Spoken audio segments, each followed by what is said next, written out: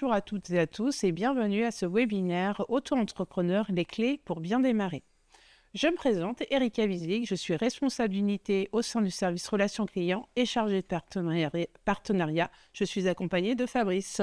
Je me présente, Fabrice Baïf, référent technique du service écoute, marketing et accompagnement et gérant la dématérialisation.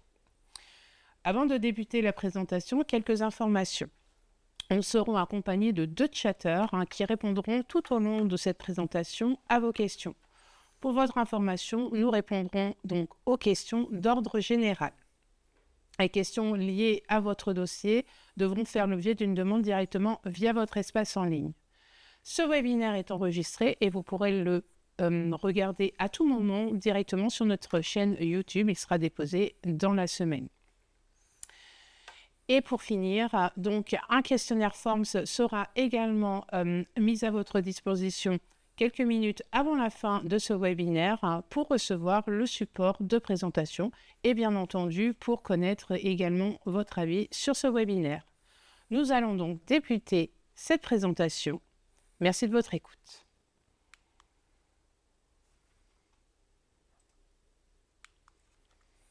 Quelques informations parmi les missions de l'URSSAF, des missions essentielles, notamment la collecte des cotisations et contributions sociales, permettant donc de garantir le modèle social français, donc la répartition, la redistribution des prestations. Ces cotisations sont reversées en moins de 5 heures auprès de la Caisse nationale et auprès des caisses prestataires. L'URSSAF accompagne et conseille également l'ensemble de ces publics, donc ça peut être les entreprises, les employeurs, les entreprises individuelles, mais l'ensemble de ces publics en règle générale.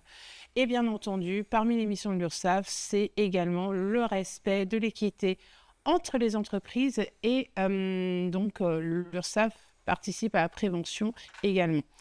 Tout cela au travers, bien entendu, de contrôles. Voici le sommaire de notre présentation. Donc, les interlocuteurs liés à votre activité, les conditions et principes. Nous verrons également un focus sur l'ACRE, le calcul des cotisations et versements libératoires de l'impôt sur le revenu, les modalités de déclaration de paiement, à quoi servent les cotisations, notamment au titre de la santé, retraite, la famille, la sortie du dispositif, l'accompagnement et quelques petites nouveautés pour l'année 2026. Et bien entendu, Fabrice se chargera des services en ligne. En tant qu'indépendant, donc vous êtes micro-entrepreneur mais également travailleur indépendant, vous avez diverses interlocuteurs. Bien entendu, pour toute la partie cotisation, ce sera l'URSSAF, donc votre interlocuteur privilégié, que ce soit via votre espace en ligne ou directement par voie téléphonique. Vous avez également l'assurance maladie pour tout ce qui est prestations santé et bien entendu l'assurance retraite pour vos droits à la retraite.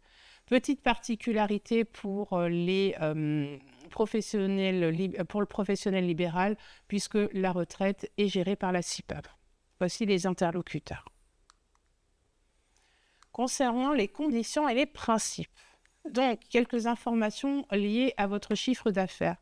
En tant que micro-entrepreneur, le chiffre d'affaires lié à une activité de vente de marchandises et pour l'année 2026, ce sont les nouveaux plafonds à 203 100 €.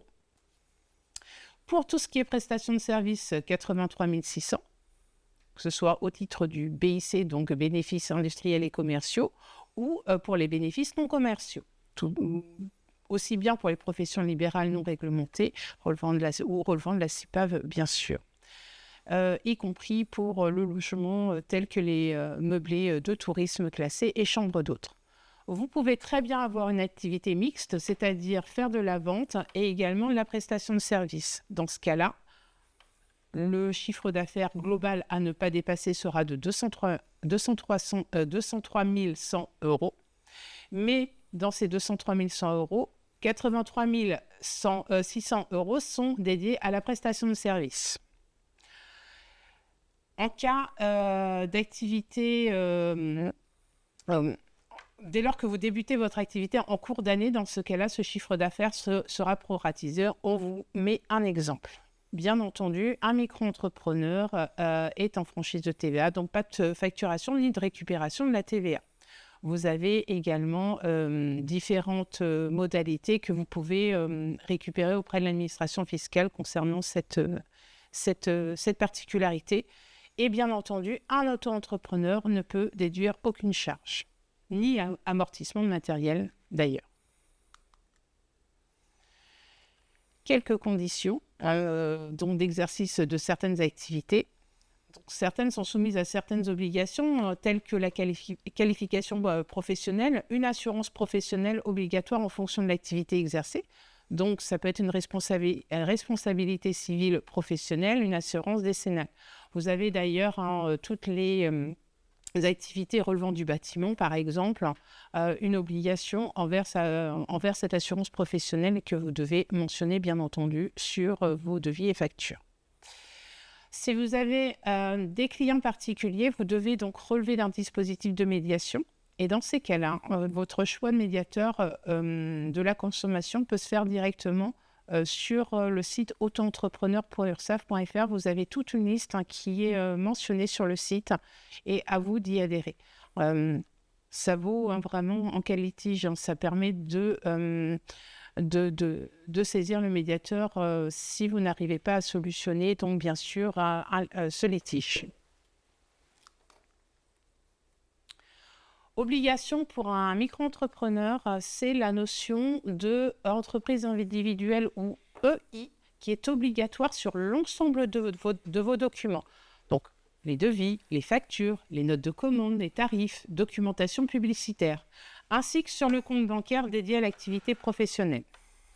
Donc, cela ne vous empêche absolument pas d'ajouter un nom commercial, bien entendu, mais la notion entreprise individuelle ou EI est obligatoire.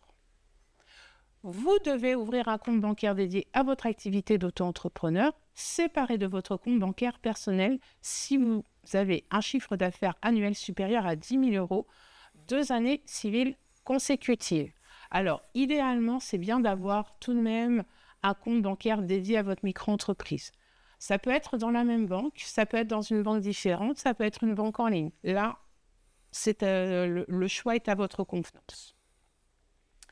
Pour les artisans et commerçants, vous avez également des taxes pour frais de chambre de commerce ou de métier calculées en pourcentage du chiffre d'affaires à compter de la deuxième année d'activité. Cette taxe n'est pas due si le chiffre d'affaires de l'avant-dernière année est inférieur à 5 000 €. Vous avez également plus d'informations sur notre site concernant cette taxe. Dans tous les cas, dès lors que vous en êtes redevable, ce sera bien mentionné sur vos déclarations de chiffre d'affaires lorsque vous l'effectuerez en ligne. Concernant le calcul et paiement des cotisations, donc cela se réalise chaque mois ou chaque trimestre. Donc ce sont l'ensemble des cotisations et contributions sociales personnelles en appliquant un pourcentage forfaitaire au chiffre d'affaires encaissé. On est sur du hors-taxe, bien entendu, puisque vous n'appliquez pas de TVA. On est vraiment sur du chiffre d'affaires encaissé. Je vous donne un exemple. Une facture que vous réalisez, la personne paye en 2 fois, va régler 500 € sur le mois de mars et 500 € sur le mois d'avril. Vous avez encaissé 500 € sur le mois de mars, la déclaration de mois de mars devra comporter ces 500 €. Et les 500 € restants devront être déclarés sur le mois d'avril si c'est réellement perçu sur le mois d'avril. Donc ça, c'est bien à distinguer sur votre déclaration de chiffre d'affaires. Le forfait social comprend les cotisations et contributions relatives à la protection sociale obligatoire, donc l'assurance maladie, tout ce qui est invalidité décès, l'allocation familiale, la retraite de base, la retraite complémentaire obligatoire, la CSG, la CRDS. À cela s'ajoute une contribution à la formation professionnelle, dont le pourcentage est différent en fonction de l'activité, bien entendu. 0,10 pour les commerçants, 0,20 pour les professions libérales et 0,30 pour les artisans. L'option pour le versement libératoire de l'impôt sur le revenu. Donc, en fait, lorsque vous réalisez votre création d'activité, vous avez réalisé votre création d'activité, vous avez pu opter pour le versement libératoire de l'impôt sur le revenu. C'est-à-dire que dès lors que vous cochez cette case, l'impôt est réglé directement auprès de l'URSSAF et reversé à l'administration fiscale. Alors, vigilance, tout le monde n'y est pas éligible. Vous avez des conditions pour l'option donc de ce versement libératoire. Donc, en l'occurrence, pour l'année en cours, l'année 2026, avoir un revenu fiscal de référence n'excédant pas 29 315 € par part de quotient familial. Vous avez également un simulateur disponible sur impôt.gouv.fr qui vous permet de savoir si vous êtes éligible ou non, donc à l'impôt sur le revenu. Vous avez également la possibilité de changer d'option dans les 3 mois suivant la création de votre entreprise ou avant le 30 septembre de chaque année pour une application l'année suivante.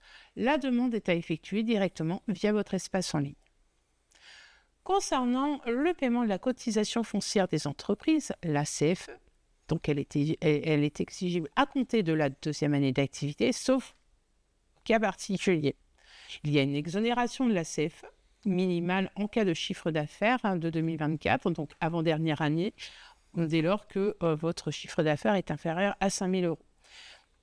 Idéalement, si vous avez besoin d'informations sur la contribution foncière des entreprises, c'est pareil, c'est l'administration fiscale qui sera en mesure de vous renseigner ou vous pouvez vous rendre directement sur servicepublic.fr pour obtenir également toutes ces informations. Des frais déductibles et non déductibles. Alors, il existe un seul cas où nous avons des frais déductibles du chiffre d'affaires. Donc, ça concerne les débours, tout ce qui est transport, hébergement, restauration, engagé donc par l'auto-entrepreneur, mais pour le compte de son client. Dans ce cas-là, l'auto-entrepreneur doit établir une facture concernant la prestation ou l'achat au nom du client et ne doit pas dégager de marge. Dans ce cas, il est considéré que l'auto-entrepreneur n'a fait que l'avance des frais. Et ces frais ne sont pas réintégrés dans le chiffre d'affaires ni dans la déclaration de chiffre d'affaires. On vous indique également toutes les informations de non-déduction, notamment les chauffeurs, les VTC, les livreurs et tout ce qui est financement participatif également. Alors, sachez que sur le site auto-entrepreneur.ursaf.fr, vous avez des petites fiches pratiques qui sont mises à disposition justement sur ces frais déductibles et non déductibles. Et c'est important que vous puissiez vous y référer si vous avez un doute ou relire le support si vous souhaitez la mise à disposition de ce support. Pour les frais de débours, des règles à respecter. Donc déjà, il vous faut un accord écrit du client qui récapitule la demande d'achat et le budget alloué. Lors de l'achat, vous devrez facturer au nom de votre client pour que le remboursement puisse avoir lieu. Il faut conserver une preuve d'achat à remettre à votre client et une à conserver en cas de contrôle. Ça, c'est important, bien entendu. Séparez les frais de débours et la prestation sur la facture que vous remettrez à votre client. Lors de votre déclaration de chiffre d'affaires, vous devrez seulement déclarer la prestation, bien entendu, puisqu'on a bien dit, ces frais de débours ne sont pas à déclarer. Sur votre livre comptable, indiquez également vos frais de débours pour garder une comptabilité claire. Donc, on vous cite un exemple que je vais vous communiquer. Donc, l'entreprise de plomberie chauffagiste Valentin intervient chez Monsieur Dupont pour changer la chaudière. Pour que l'entreprise Valentin n'intègre pas le montant de la chaudière dans son chiffre d'affaires, elle doit procéder de la façon suivante. La facture d'achat de la chaudière auprès du fournisseur de l'entreprise Valentin doit être établie en double exemplaire au nom du client, soit Monsieur Dupont. Cette facture d'achat doit être fournie à Monsieur Dupont en même temps que la facture rédigée par l'entreprise Valentin pour sa prestation. Le montant du débours, c'est-à-dire l'avance de frais à l'euro près, doit apparaître distinctement du montant de la prestation d'installation de la chaudière. L'entreprise Valentin donc conservera son exemplaire de la facturation totale ainsi que celle au nom de son client, donc M. Dupont, justifiant ainsi qu'il s'agit d'un débours. Seule la partie de la prestation sera soumise à cotisation. Donc voici l'exemple qui est relativement clair par rapport donc aux frais de débours. Donc ça, il faut vraiment intégrer cette notion de débours pour que vous puissiez, bien entendu, ne pas le déclarer sur votre chiffre d'affaires. Nous passons à notre sujet maintenant, ce sera l'ACRE. Donc, l'ACRE, qui signifie l'aide à la création et à la reprise d'entreprise. Alors, quelques petites informations déjà concernant l'ACRE. Lorsque vous avez fait vos formalités d'inscription, il vous est posé la question de savoir si vous souhaitiez déposer un dossier ACRE. Si c'est le cas, vous devez faire simultanément cette formalité auprès de l'URSSAF. Enfin, vous rendez donc sur le site auto-entrepreneur.ursaf.fr donc remplir le formulaire dédié. Ici, on vous donne les conditions pour bénéficier de l'ACRE. Donc, effectivement, il y a des critères à bien respecter. Donc là, je vais vous citer quelques exemples, je ne vais pas tous les énumérer. Donc, par exemple, un demandeur d'emploi indemnisé ou indemnisable par un régime d'assurance chômage. Donc, il faudra fournir un justificatif France Travail, bien sûr. Pour un demandeur d'emploi non indemnisé inscrit donc 6 mois à France Travail au cours des 18 derniers mois. Vous avez également le cas d'un jeune de 18 à 25 ans révolu. Vous voyez, il y a différents cas pour pouvoir prétendre à l'ACRE. Si vous ne rentrez pas dans ces critères, bien entendu, votre dossier sera refusé par l'URSSAF.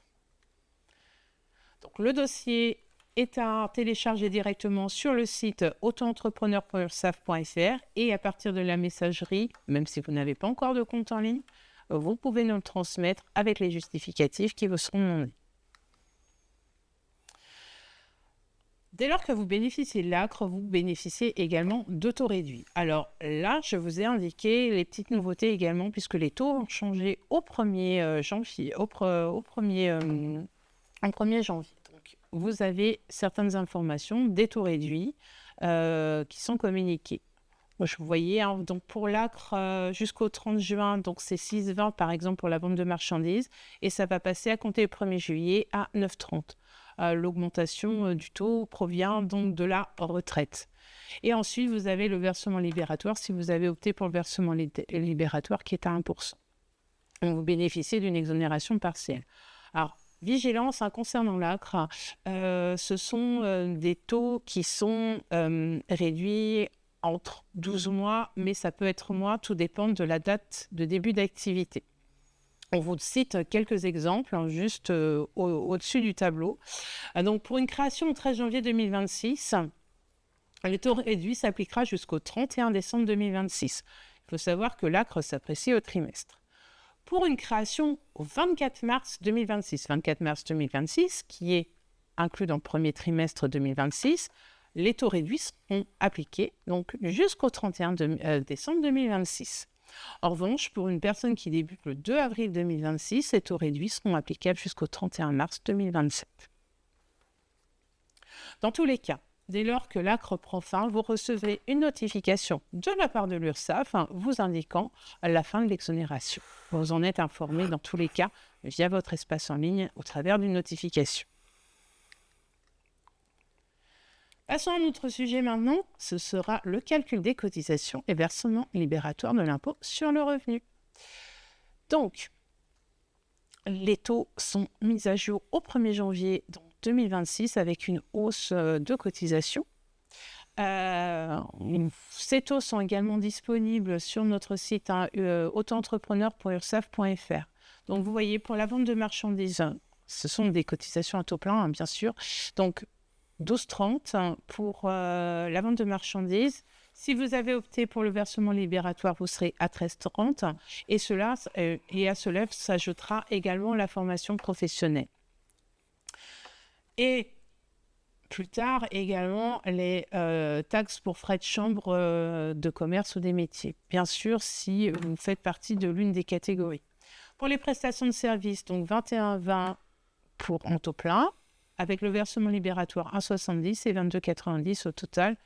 Et vous rajoutez bien entendu la formation professionnelle et ainsi de suite pour donc l'ensemble des taux. Ces taux donc, sont disponibles également sur notre site internet. Concernant les modalités de déclaration de paiement. Donc, les déclarations et les paiements doivent être effectués obligatoirement en ligne mensuellement ou sur option trimestriellement. Là, ça reste à votre convenance. Maintenant, si vous êtes inscrit à France Travail, idéalement, vous devez faire vos déclarations mensuellement puisque vous allez devoir justifier auprès de France Travail donc de votre revenu déclaré auprès de l'URSSAF. Les déclarations de chiffre d'affaires sont obligatoires, y compris si vous n'avez perçu aucun chiffre d'affaires. Donc, vous devez vous connecter sur votre espace en ligne et faire votre déclaration à zéro. Les premières déclarations sont attendues après 90 jours plus le mois en cours pour une option mensuelle. Donc, par exemple, création en octobre, les déclarations des 4 premiers mois sont attendues donc, en février, puis ensuite, ce sera chaque mois. Sachez que vous pourrez retrouver sur votre espace en ligne votre calendrier interactif qui vous dit à quel moment faire votre déclaration également. Vous avez la possibilité de vous mettre des alertes, mais je pense que Fabrice vous en dira plus tout à l'heure. Je vous ai parlé déjà de l'allocation France Travail, donc optez pour le versement mensuel, hein, ça c'est très important. Et vous avez la possibilité d'anticiper les déclarations, notamment lorsque vous êtes en début d'activité. Ce que vous devez justifier auprès de France Travail. Dans ces cas-là, vous faites vos déclarations, mais le paiement interviendra donc à la date effective. Hein, c'est-à-dire, par exemple, je vous ai donné l'exemple de tout à l'heure, hein, donc pour une création en octobre, nous, on attendra le paiement qu'en mois de février. Mais vous pouvez anticiper vos déclarations, cela n'empêche pas, pour justifier auprès de France Travail. Avant de créer votre espace en ligne, bien entendu, il faudra recevoir votre notification d'affiliation auprès de l'URSSAF. À partir de ce moment-là, vous pouvez créer votre espace en ligne. Donc, soyez patient. Ce n'est pas instantané dès lors que vous avez fait créer votre micro-entreprise pour avoir donc votre compte URSSAF. Il faut attendre parfois jusqu'à 6 semaines. Le paiement des cotisations et contributions sociales et éventuellement l'impôt sur le revenu se fait également de manière dématérialisée, soit sur le site auto-entrepreneur, soit via l'application mobile. Ça se fait automatiquement. Vous avez juste à rentrer le chiffre d'affaires et à partir de là, le calcul se fait automatiquement, bien sûr. Un sujet, peut-être que vous ne savez pas à quoi servent les cotisations. Et justement, c'est important que l'on vous en parle aujourd'hui. Donc, les cotisations santé, retraite, famille, voilà, on va voir à quoi ça correspond. Toute personne qui cotise, bien sûr, sont rattachées directement aux caisses prestataires, c'est-à-dire les caisses primaires d'assurance maladie, pour tout ce qui est maladie, bien entendu, de votre lieu de résidence, hein, bien sûr, mais également auprès donc des CARSAT ou CIPAV, si vous relevez donc de caisses différentes au titre de la retraite.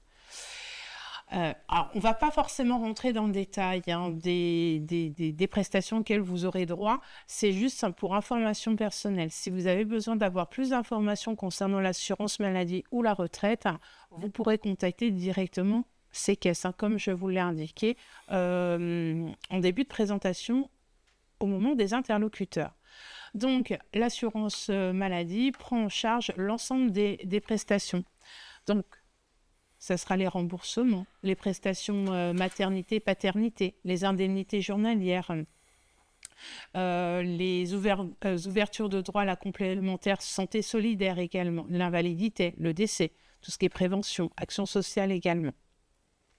Pour cela, il faudra créer un compte personnel sur amélie.fr. Mais si vous étiez salarié auparavant, votre compte, vous l'avez déjà. C'est juste que l'information sera transmise à l'assurance maladie, comme quoi vous exercez en tant que micro-entrepreneur. Et bien entendu, tiendront compte de cette particularité pour le versement des prestations.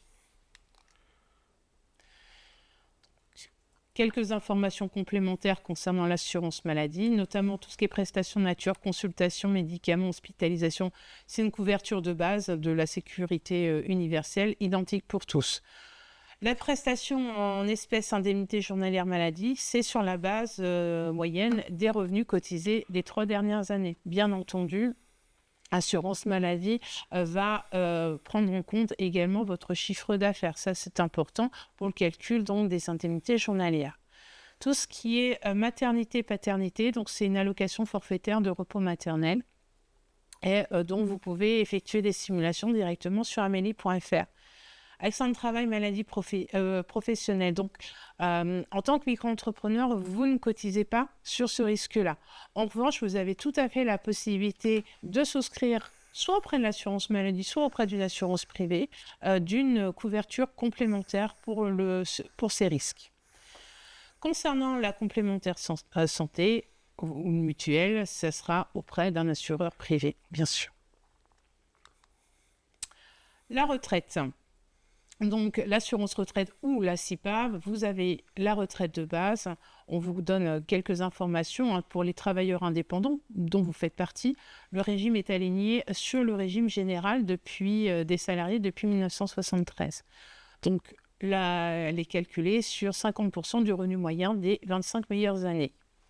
Et vous pouvez bien entendu faire des simulations également sur le site de l'assurance-retraite.fr. Pour les professions libérales relevant de la CIPAV, idéalement, vous consultez le site dédié pour connaître les modalités de calcul. La retraite complémentaire, elle est calculée en points et en fonction des cotisations versées pour les travailleurs indépendants. Concernant l'invalidité d'essai, donc le calcul de la pension d'invalidité est un pourcentage sur la base du revenu annuel moyen perçu pendant les 10 meilleures années d'activité. Pour le décès, vous avez un lien dédié pour obtenir plus d'informations. Et les professionnels libéraux, donc relevant de la CIPAV, vous avez également des informations sur le site dédié de la CIPAV dans la rubrique invalidité et décès. Et vous pouvez également opter donc, pour une retraite complémentaire auprès d'un organisme privé. Ça peut être une banque ou une assurance.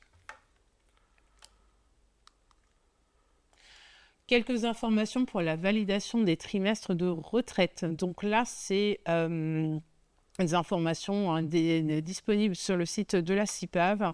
Nous n'avons pas d'informations sur la validation de trimestres pour les autres catégories professionnelles. Idéalement, contactez l'assurance retraite, la CARSAT, indirectement. Donc la CIPAV, on vous donne donc quelques informations. Par exemple, pour valider 4 trimestres, votre chiffre d'affaires devra être donc pour l'année 2026 de 11 168 €. Dès lors que vous avez atteint ce chiffre d'affaires, vous validez 4 trimestres. Vous pouvez souscrire à d'autres assurances. Donc, vous avez la famille, bien sûr. Vous pouvez bénéficier de prestations près de la caisse d'allocation familiale.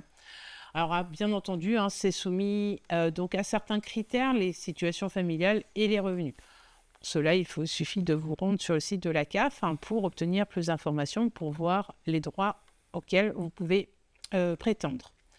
La formation professionnelle, vous avez des droits ouverts, bien entendu, puisque vous versez la contribution à formation professionnelle. L'URSSAF va vous fournir donc une attestation pour justifier du paiement de cette formation professionnelle, et derrière, auprès du centre du fonds interprofessionnel, vous pouvez bénéficier d'une prise en charge globale ou partielle d'une formation. Et bien entendu, pour le chômage, vous n'êtes pas couvert puisque vous ne cotisez pas à l'assurance chômage. En revanche, vous avez tout à fait la possibilité de souscrire auprès d'un organisme privé si vous le souhaitez.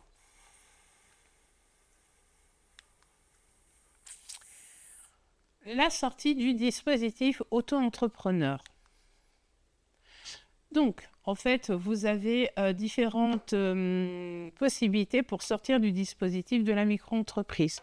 Soit une bascule volontaire dans le régime réel d'imposition, auquel cas il faut nous en avertir, bien entendu, parce que en fait, l'information, nous ne l'avons pas directement de l'administration fiscale.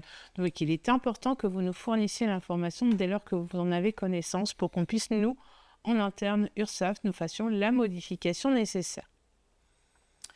Et vous pouvez le faire directement via votre espace en ligne en nous adressant directement le memento fiscal, incluant la date d'effet de ce changement. Ensuite, vous avez le dépassement de seuil de chiffre d'affaires pendant 2 années consécutives. Donc là, ça va se faire de façon automatique.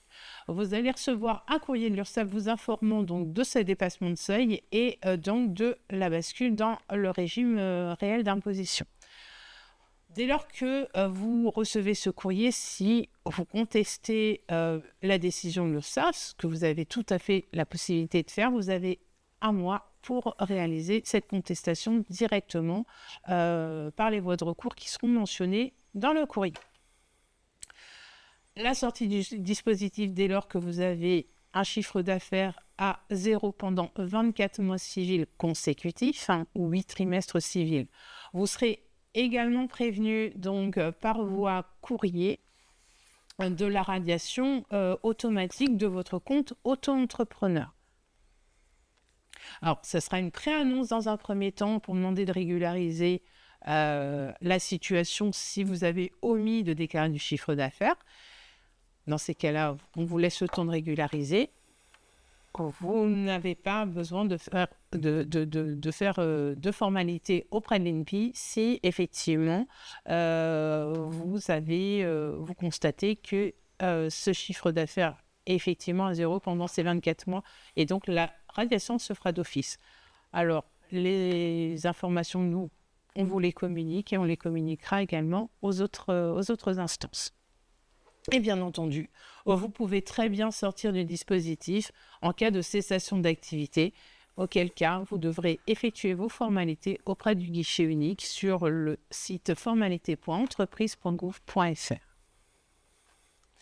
L'information sera réalisée directement sur le site. Nous en serons informés assez rapidement. Nous procéderons à la radiation du compte et vous en serez notifié par une notification également de radiation. Quelques informations maintenant concernant l'accompagnement des micro-entrepreneurs et les petites nouveautés 2026.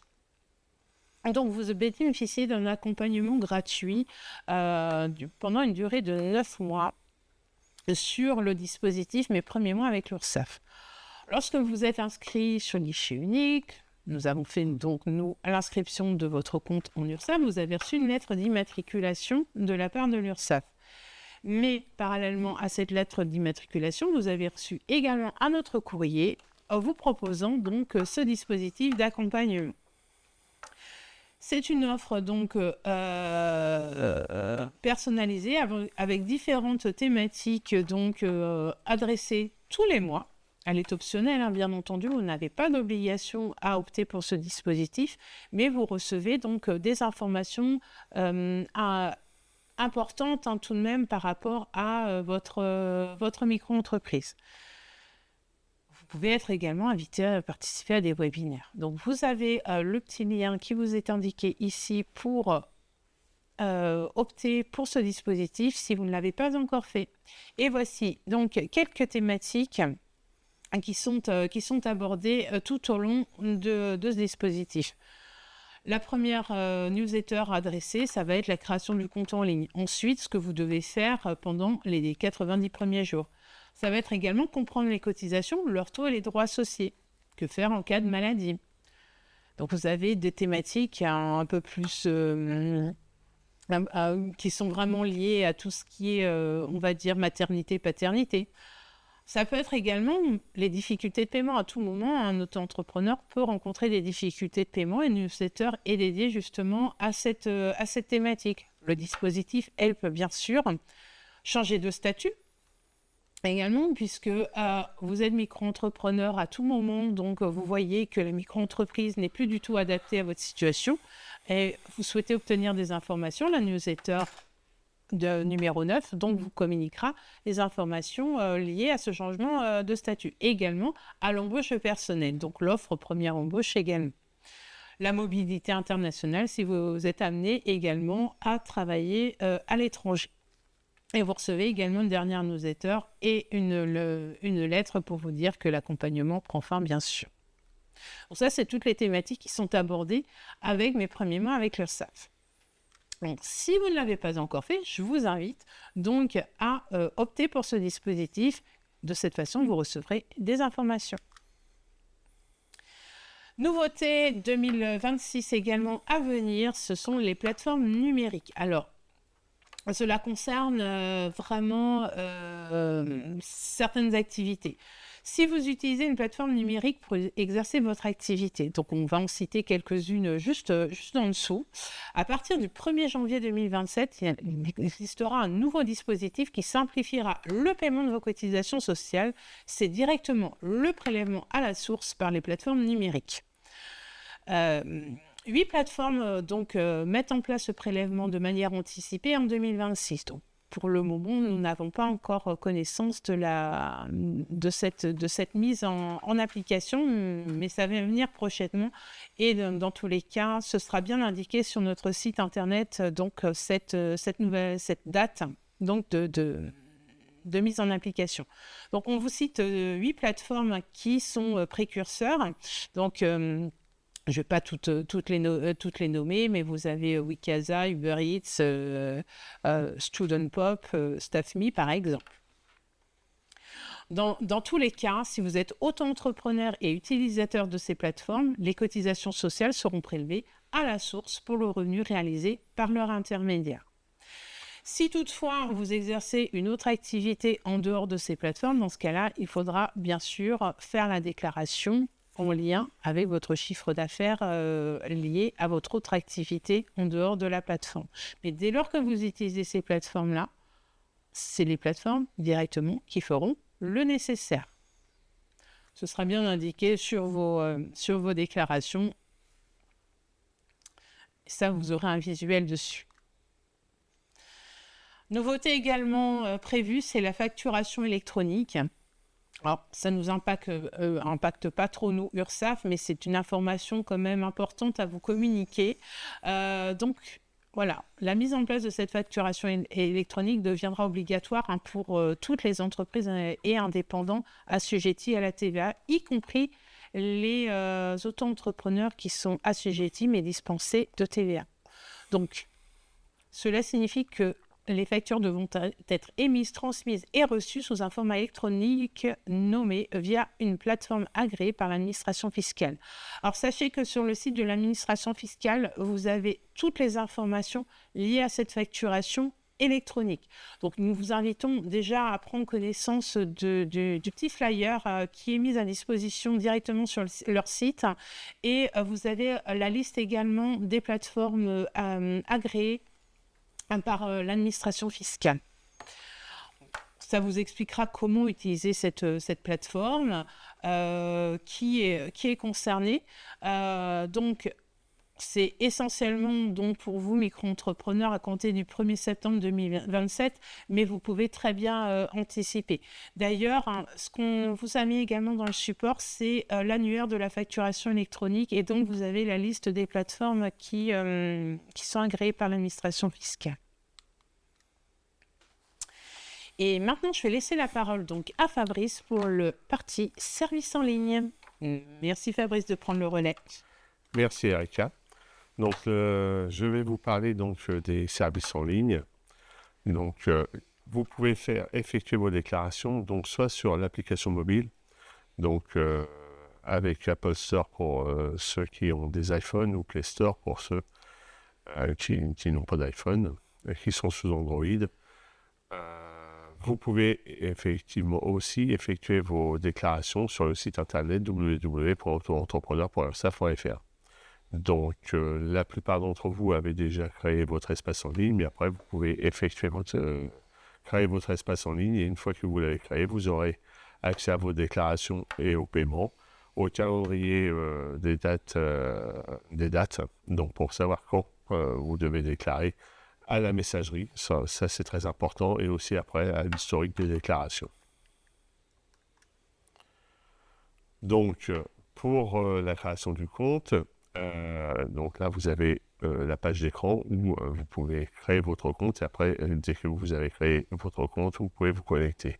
Ce qui est important, c'est que, comme vous l'a dit Erika précédemment, vous devez obligatoirement déclarer votre chiffre d'affaires, même s'il est à 0. Sinon, si vous demandez une attestation, on ne pourra pas vous la délivrer, puisqu'il faut qu'on ait au moins une déclaration, même si elle est nulle. Donc ça, c'est vraiment important, et vous devez déclarer, comme on vous l'a dit, votre chiffre d'affaires brut. Si vous avez des questions, n'hésitez pas à nous contacter, vous avez la messagerie ou le numéro de téléphone, mais vous devez absolument déclarer votre déclaration. Une fois que donc vous avez créé votre compte, quand vous vous connectez, vous voyez votre nom et votre prénom qui apparaissent. C'est un fil d'activité qui vous dit si vous avez un message ou pas. Donc ça, c'est important aussi. C'est si vous avez un message, si vous avez effectué une demande via la messagerie, on vous précisera, vous avez reçu un nouveau message et vous verrez la réponse de votre gestionnaire concernant justement votre demande. Et quand au-dessous donc du fil d'activité, vous avez ce qu'on appelle le tableau de bord. Donc le tableau de bord, vous avez plusieurs rubriques. On ne va pas voir toutes les rubriques, mais vous avez la rubrique mes échéances en cours, régulariser ma situation. Donc si vous avez oublié à un moment donné d'effectuer votre déclaration, elle sera disponible dans mes échéances à régulariser. Ou si vous avez validé une déclaration à 0 et que finalement vous vous êtes trompé, effectivement, et il devait y avoir une déclaration, là vous pourrez la modifier. Donc là, pour modifier une déclaration, vous ne pouvez modifier une déclaration que si vous l'aviez validée à 0 et qu'elle a été extraite. Vous avez des plateformes, donc comme vous a dit Erika, donc c'est pas encore disponible, c'est à venir. Mais donc vous pourrez voir les déclarations si vous utilisez une plateforme via mes plateformes. Mes documents où là vous aurez vos historiques de déclaration et vos attestations, donc quand vous êtes éligible. Vous avez aussi dans la rubrique mes paiements un historique de vos versements, la situation de votre compte à J-1, donc là pour voir si vous avez un crédit, si vous avez un débit, si vous êtes à 0, si vous comptez à jour. Si vous avez effectué un délai de paiement, vous pourrez voir votre délai de paiement dans la rubrique mes paiements. Ce qui est très important également, c'est la messagerie. J'insiste souvent sur cette rubrique, puisque là, c'est vraiment le lien entre vous, usagers, auto-entrepreneurs, et l'URSSAF. Donc, ces messages-là ne sont pas supprimés. Donc, vous avez un historique. Et si vous avez effectué une demande, vous n'avez pas de réponse, vous pouvez nous relancer, expliquant. Donc là, c'est vraiment très important. Dans la rubrique Mon compte, donc, vous avez vos informations personnelles, vos moyens de paiement, là, vous enregistrerez votre mandat, et vos paramètres. Les paramètres, c'est surtout le numéro de téléphone et l'adresse mail. Dans mes informations personnelles, je vous conseille d'y aller pour voir si effectivement vous êtes bien, si vous avez demandé à être mensuel, si vous êtes bien mensuel, si vous avez bien fait le versement libératoire ou pas. Voilà, c'est toutes les informations, donc là c'est important. Si vous partez travailler à l'étranger, donc vous avez votre tableau de bord pour demander une attestation pour partir, pour être couverte. Et après, si vous avez des demandes en cours comme de radiation, etc., vous pourrez l'avoir via cette rubrique.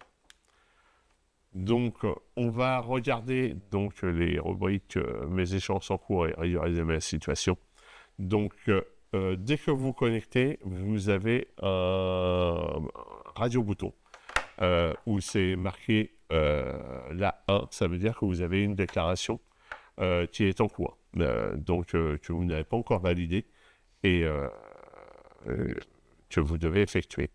Donc, c'est assez simple pour effectuer une déclaration. Vous cliquez donc dans Déclarer et payer, dans la rubrique Mes échéances en cours. Et là, vous avez la période, vous cliquez sur la période, et là, vous allez mettre votre montant de chiffre d'affaires sans déduction.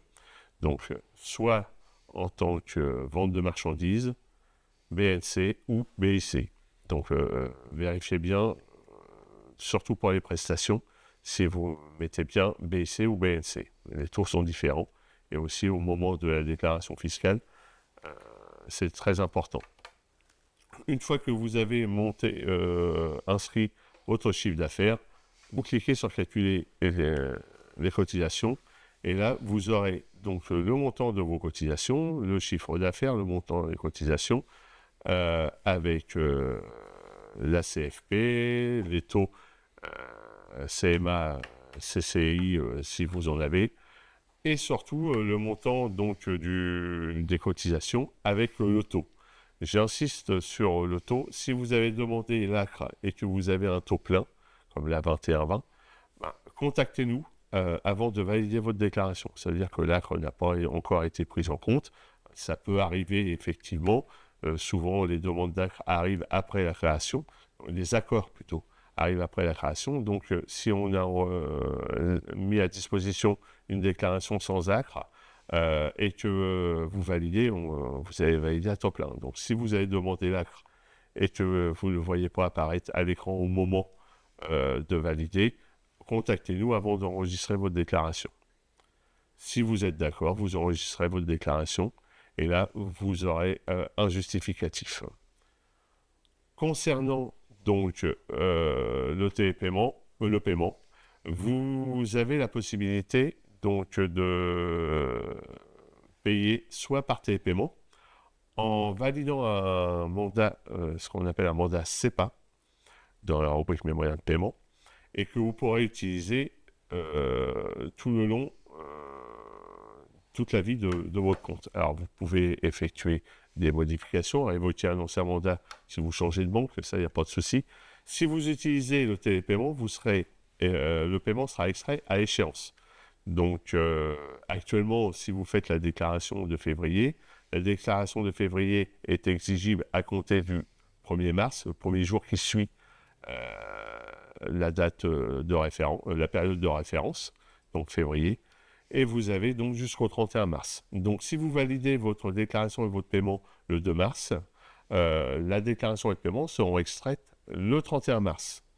Toutefois, si vous voulez payer avant, il y a beaucoup d'auto-entrepreneurs qui souhaitent faire leur déclaration et que le paiement soit aussitôt effectué, comme ça, leur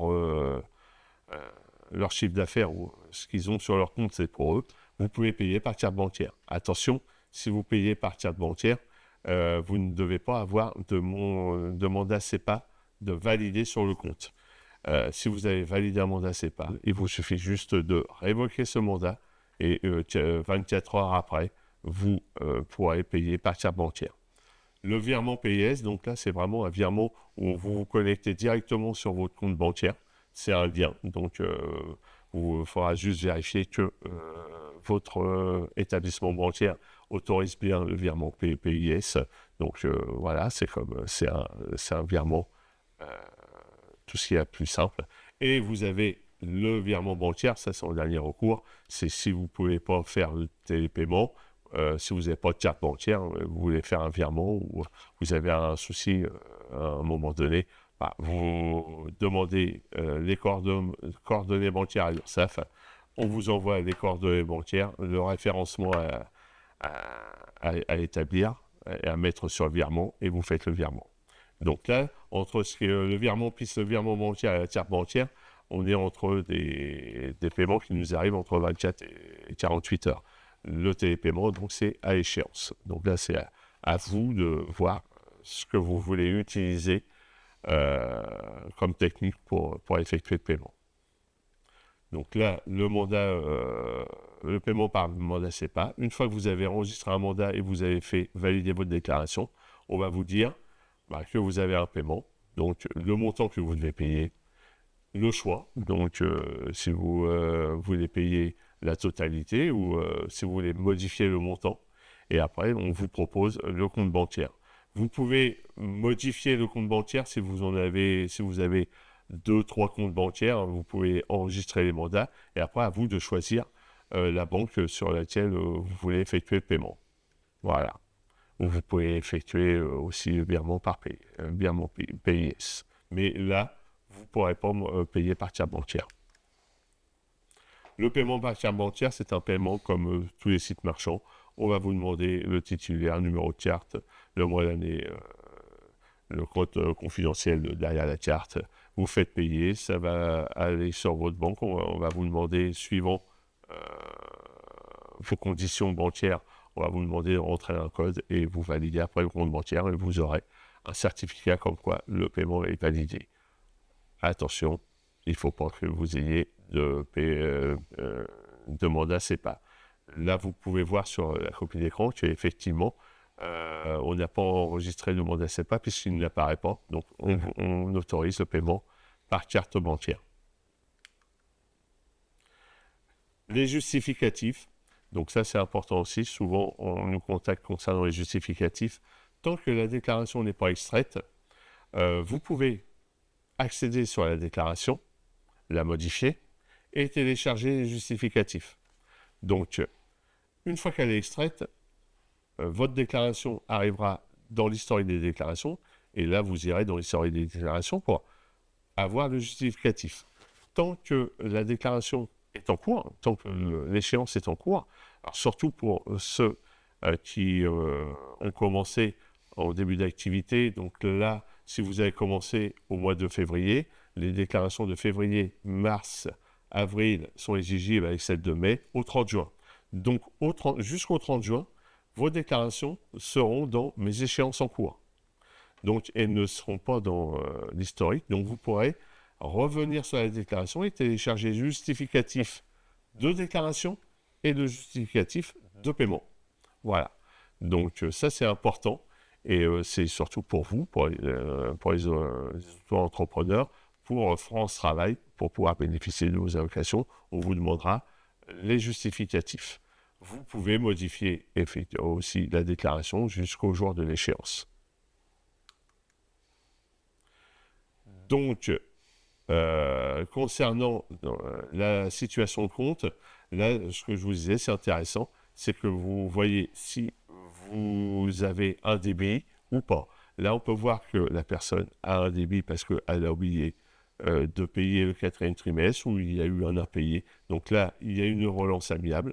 Et elle va dans la situation de son compte et voit qu'elle a une dette et elle peut payer. Donc, si elle clique sur payer, on va lui ouvrir une page paiement et elle pourra payer soit par mandat CEPA, par télépaiement. Donc là, ça sera extrait le lendemain au plus tard, ou soit par carte bancaire s'il n'y a pas de mandat ou virement PIS. Voilà. Donc là, c'est important aussi, c'est si vous avez un débit ou si vous avez un crédit, vous verrez votre crédit dans le solde.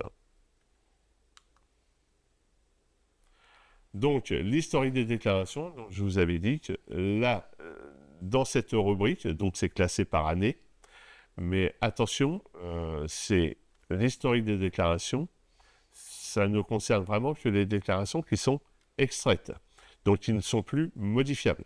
Donc, dès que les déclarations sont extraites et non modifiables, elles basculent dans l'historique des déclarations, et là, vous avez l'historique année par année.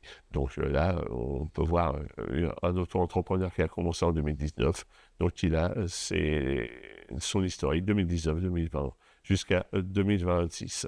Là, 2026, dans l'historique, on a janvier uniquement, puisque là, le compte, on peut voir que la page tient compte des mouvements jusqu'au 20 mars. Donc, au 20 mars, il n'y avait que la déclaration de janvier qui était disponible, donc dans l'historique. Donc, on vous met l'historique de janvier. Février, elle est dans mes échéances en cours. Voilà, donc ça, c'est vraiment important. Les attestations. Donc, vous pouvez demander les attestations donc, tout le long de l'année. Certaines attestations vont être acceptées sans problème et d'autres vont être refusées, sachant qu'effectivement, comme je vous ai dit tout à l'heure, si vous avez oublié de faire une déclaration il y a de janvier, on est en novembre, vous avez oublié de faire celle de janvier, normalement elle va apparaître pour que vous la fassiez, mais vous ne pourrez pas avoir une attestation de vigilance, donc elle sera refusée. Après, une attestation fiscale, il faut attendre évidemment que la déclaration du dernier mois soit faite. Donc, la déclaration de décembre est à faire jusqu'au 31 janvier. Donc, une attestation fiscale obligatoirement, vous ne pouvez pas l'avoir avant début février, souvent le 6 ou le 7. Donc voilà, ça c'est important. Si vous avez une attestation de contribution professionnelle, comme vous avez dit tout à l'heure, vous pouvez en bénéficier. Attention, si vous avez validé 12 déclarations ou 4, si vous êtes trimestriel à 0 pour l'année, vous ne pouvez pas en bénéficier puisque vous n'aurez pas cotisé à la CFP. Donc l'attestation CFP pour tous ceux qui ont validé année en toute l'année n'est pas disponible. Donc elle vous sera refusée. Mais là, vous pouvez demander et vous avez l'attestation de vigilance fiscale, de chiffre d'affaires tout le long de l'année pour savoir où vous en êtes, si vous avez bien déclaré ou pas, et les attestations de CFP. Souvent, les attestations de chiffre d'affaires, c'est les banques, si vous avez besoin d'un prêt ou qui vont vous demander l'attestation de chiffre d'affaires pour savoir si vous avez bien déclaré et le montant du chiffre d'affaires que vous avez déclaré mois par mois. Comme je vous ai dit tout à l'heure, ce qui est très important pour moi, à mon niveau, c'est la rubrique Ma messagerie, puisque vous pouvez voir vos messages reçus, les messages envoyés. Donc, nous, on ne peut pas les supprimer. Donc, de toute façon, vous aurez vraiment les messages que vous nous avez envoyés. Et vous pouvez nous faire un nouveau message. Donc, si vous souhaitez basculer en tant que travailleur indépendant simple, là, vous pouvez le faire via cette rubrique-là. Si vous voulez demander un délai, si vous avez un problème avec une attestation, si vous voulez modifier votre compte, soit ajouter le versement libératoire, soit passer en tant que mensuel, vous passez par ici, donc, et on vous répondra donc, par le biais de la messagerie. Je vais repasser la zapette à Erika.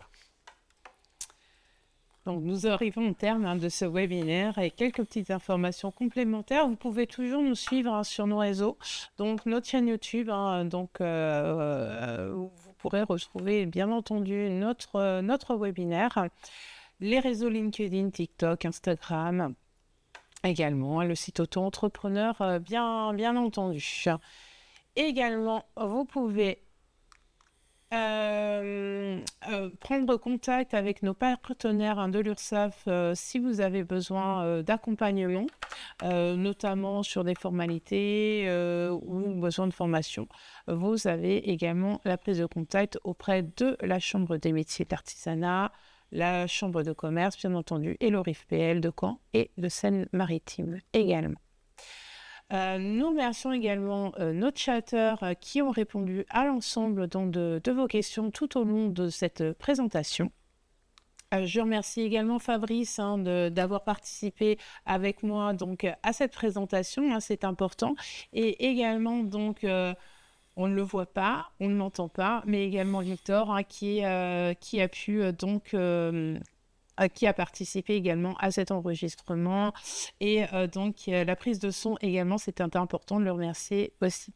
Merci à tous d'avoir suivi ce webinaire et nous vous souhaitons une agréable fin de journée. Au revoir. Au revoir.